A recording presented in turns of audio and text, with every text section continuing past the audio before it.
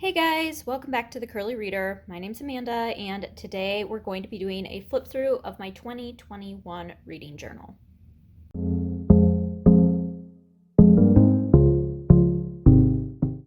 Okay, so as most of you know, I am not doing a reading journal, a bullet journal in 2022. I've decided to go a different route and do a spreadsheet instead, but I thought I'd give you guys a look at my completed 2021 journal. I know a lot of you asked for this, so let's just get into it. So this is the sticker that I put on the cover. My journal sticker, that kind of stuff, I will try to link down below if I can. The journal definitely will be linked down below. This is a little bit of a thicker journal. I only used about half of it this year, so it definitely would be a good one if you are looking to do something that's going to be a little bit longer. It's definitely thicker than your standard journal, but I really like that. So anyway, let's get into this. All right, here is my 2021 title page. On this page, I did a little doodle of each of my monthly themes, so you can see them all out there, along with the huge 2021. I did this last year too, and I just really like being able to look at it and seeing the summary kind of the year and the themes that I did throughout the year. And then these are my annual spreads that I did at the beginning of the year. So I had my future log, with all my different months where I could kind of keep track of different buddy reads or events or videos or anything like that that I needed throughout the month.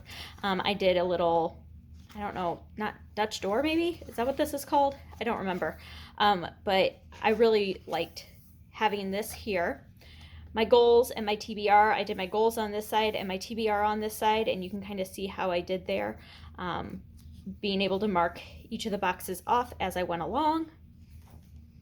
This is where I tracked all of my buddy reads for the year, so this was a good amount of space for that. I tracked the month I read it in, the title, who I read it with, and my rating.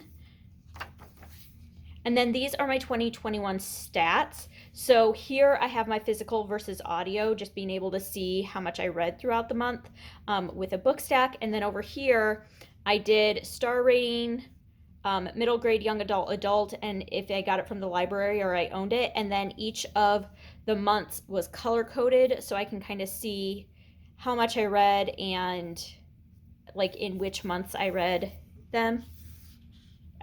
So yeah, I really like the way that it turned out, and it was a lot of fun to fill it out also, so that was a win for me. This is my series in progress tracker. I did not make a lot of progress in any of these. I read an Artemis Fowl book, and I think that was it on this page. Or I did read an Outlander book. I decided I wasn't going to finish it. I decided I'm not going to read the Amulet series, and I did finish A Boy Called Christmas. So I made a little bit. I read a couple bromance books. I did add some different series that I started this year. This is just a continuation of that. I did finish the Renegade series, and then these are all series that I started this past year that I want to continue reading.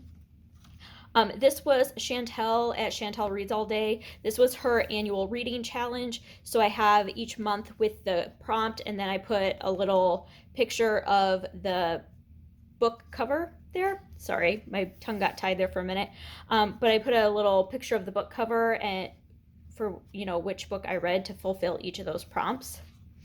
This was my list of books I DNF'd for the year, so I had 9. I think I had more than that, but I forgot to continue to keep tracking those, so it is what it is. This is my review books tracker, so I would mark off if I read them or reviewed them, and I actually didn't do too bad. I do have, you'll see as we get going, I ran out of room here, obviously, so I needed to continue on a different page, so you will see that in a little while. And then we get into January, so this was January. At this point, I was still doing books to read, videos to film, and just different notes. So I had different notes on when I needed to post specific things like that. This was my posting schedule for January. My growing TBR. This down here was all of the American Library Association video, the Youth Media Awards, everything that I got from that specifically. And then you can see I definitely did a lot better at tracking these at the beginning of the year compared to the end of the year. And then my reading log. And then this month and the next month, I did book notes. So I just wrote the title of the book, my star rating, and then just a couple of notes so I could mention them when I was filming my wrap-ups. But I ended up not really using this, so I quit making it after 2 months. February's theme was clocks. So books to read, videos to film, notes, same thing. My posting schedule looked like a standard calendar on this one. Historathon, so our bingo board, and then my TBR for that. And then my growing TBR and my reading log here. And then book notes, you can see I didn't do anything with it. So I quit making it after that month. And then March, I went a lot simpler with the rainbows, books, videos, notes. This was middle grade March. So my posting schedule, my middle grade March spread. So I wrote down all the books that were kind of on my radar to read, and then I just highlighted them when I read them. And then these were the different challenges that we had for the group, or for the readathon, and then with the group read. My growing TBR for the month, my reading log.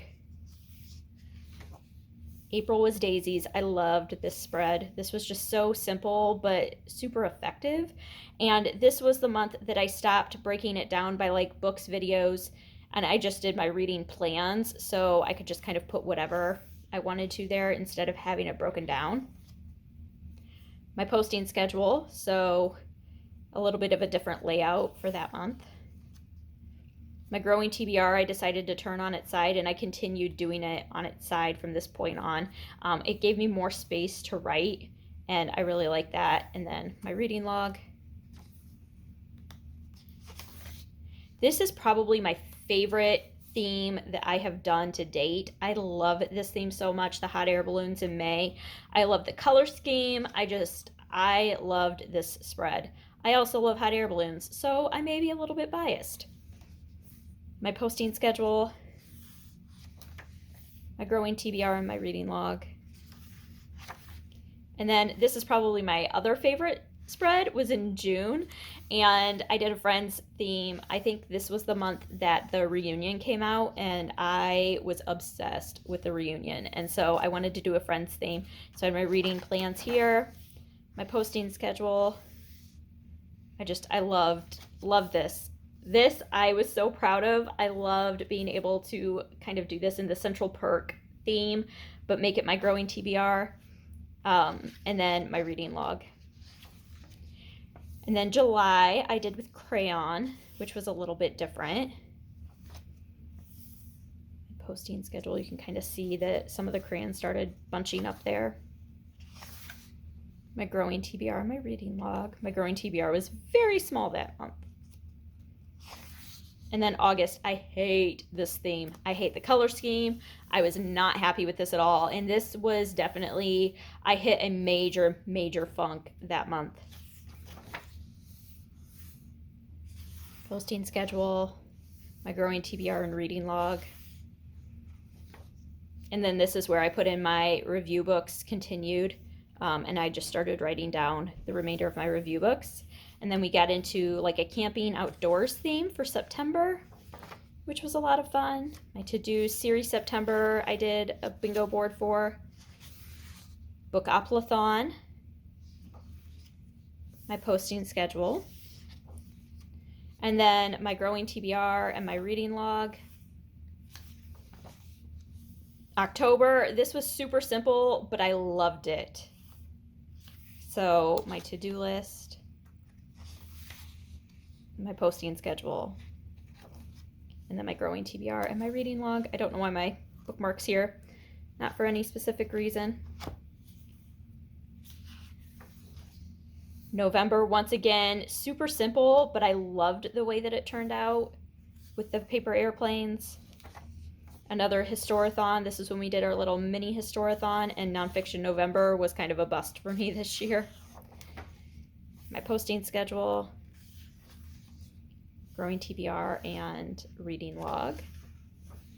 And then December with my to-do list and the cookies. I really like this one too. This one was a lot of fun. I like this spread, I think, the best out of this month. Then my growing TBR and my reading log. And then the last one that I have is my favorites. So I have favorites videos posted for all of these. I didn't separate them out, but I have 20, well, I counted all of these as one, so really 22 books here, 10 middle grade, 10 YA adult, and I just kind of printed off all of the book covers and just glued them all in here, and these were my faves of the year. So that's it. That is my reading journal for the year of 2021. And like I said, I'm not going to be doing one in 2022 because I'm going to be doing my spreadsheet instead. But I hope that you guys really enjoyed getting to watch me create this past year, and that this gives you some inspiration for your own book journals and all of those things. And yeah, I hope that you enjoyed this. I hope that you stick around and subscribe. And until next time, see ya.